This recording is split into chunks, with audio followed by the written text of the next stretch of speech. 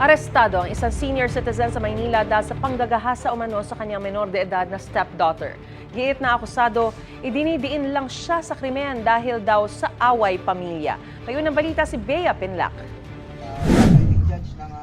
Ina-aresto ko namin sa bisa ng warrant of arrest sa kasong statutory rape. Tahimik at hindi na pumalag ang senior citizen na ito nang arestuhin siya sa Maynila dahil sa paulit-ulit umanong panggagahasa sa nooy 11 anyos lamang niyang stepdaughter. Ayon sa pulisya, tumagal ng 3 taon ang krimen.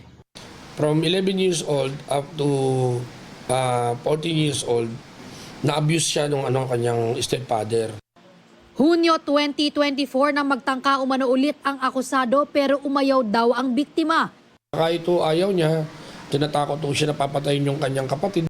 Pati na yung magulang niya, hindi na daw siya pag-aaralin at susuporta sa pag-aaral. Natuloy raw ang panggagahasa sa biktima noon kaya ito naglayas.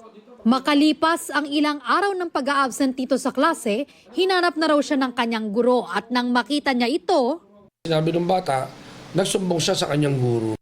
tugma rin umano sa medical results ng biktima na hinalay ito.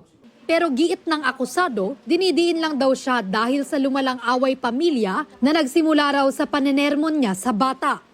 Nagulat ako, galing ako sa trabaho. Pagdating ko, hinuli ako. Di ko alam ang kasalanan ko. Wala, ma'am, di totoo yan. Positive sa medical kasi may syuta yan eh.